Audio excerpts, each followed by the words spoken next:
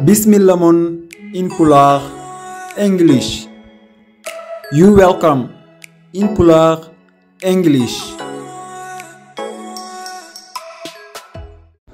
Assalamu alaikum. Eɗen ngari jokkude. En jangino e video men cakitiɗo o verbe uji biteɗi irrégulier. Verbe uji ɗi ganduɗa pawaki e ñawore no ɗi gardindi ko non tan ɗi gardi. Ɗin verbe uji ko passé majji won ɗo past simple. Passé o wite began,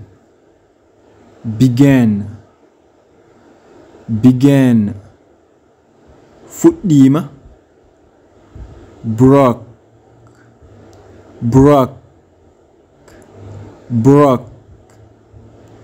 heli, brute,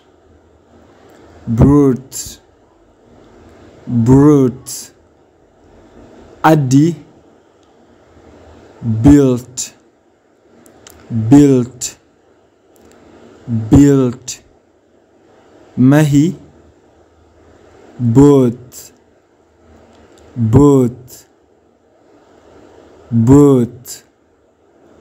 sodi, could,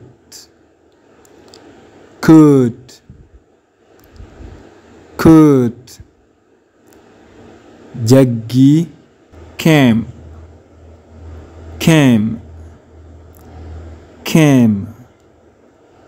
ari, did,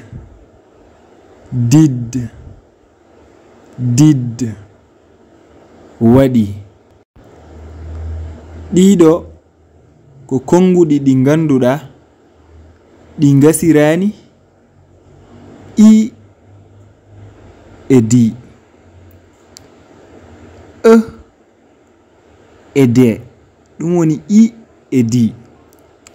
Wadde ɗiɗo konguɗi ɗi ngala ñawore. Began, fuɗɗima, broke, heli, brute, addi, built, mahi, boat, sodi, could, jaggi, came, ari, did, waɗi. Drank, ate, fell, found, flow, forget, gave, went. Drank,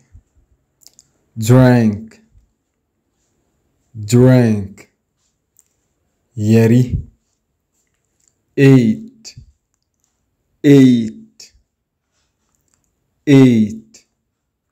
ñami, fell,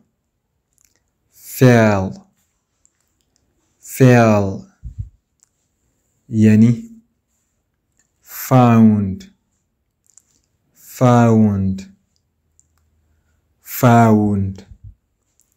yiti, flow,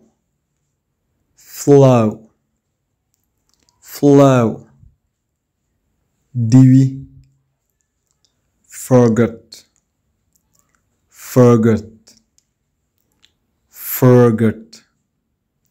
yejiti, gave,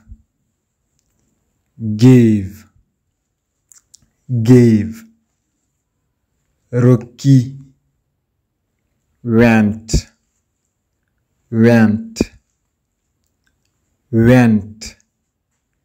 yehi. Drank, yari, ate, ñami, fell, yani, found, Yiiti. Fell. Diwi. Forgot. Yejjiti. Gave. Rokki. Went. Yehi.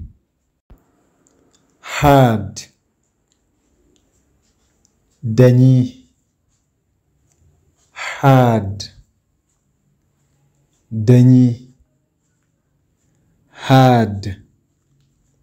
Dañi. Heard. Nani. Heard. Nani. Head. Nani. Knew. Andi. Knew. Andi. Knew. Andi. Left. Oppi. Walla. Yehi. Left. Oppi. Yehi. Left. Oppi. Walla. Yehi. Lost. Hawama. Lost. Hawama. Lost. Hawama. Walla mbiya perdi. Made. Wadi. Made. Wadi. Made. Wadi. Met. Kauri. Met. Kauri. Met. Par exemple, biya ko yimbe be kauri. Be kauri e nokku goto. Paid. Yobi. Paid. Yobi. Paid. Yobi. Had. Dani. Heard. Nani. Knew. Andi. Left. Oppi. Walla. Yehi. Lost. Hawama. Made. Wadi. Met. Kauri. Paid. Yobi. Thank you for watching, guys. Please share and subscribe. Don't forget to click the like button and comment below if you have any question. Bye.